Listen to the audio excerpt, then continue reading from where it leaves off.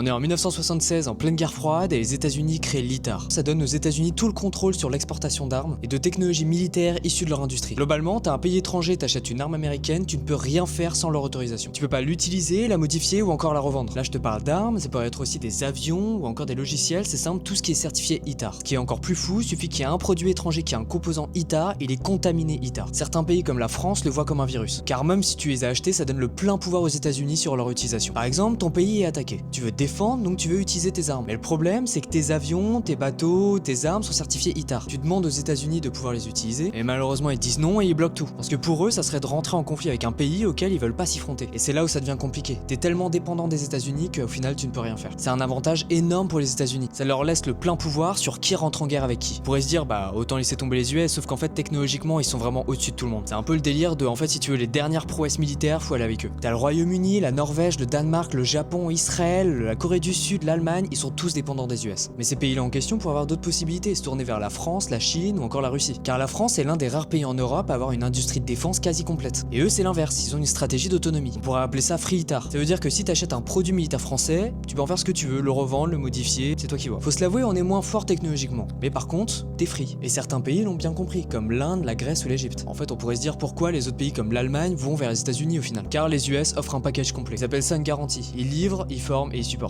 Mais c'est pas le seul argument. Les US ont mis en place un programme, l'OTAN Nuclear Sharing. Ce programme permet à 5 pays européens d'avoir l'arme nucléaire. L'Allemagne, l'Italie, la Belgique, les Pays-Bas et la Turquie ont accès aux bombes B-61. C'est pour ça que les US ont une main mise sur ces pays-là. Et ils imposent beaucoup de choses, comme l'utilisation des avions F-35, qui est le seul avion qui peut transporter cette bombe. Enfin bref, il y a encore plein de détails, mais les US ont une main mise sur l'Europe et le monde.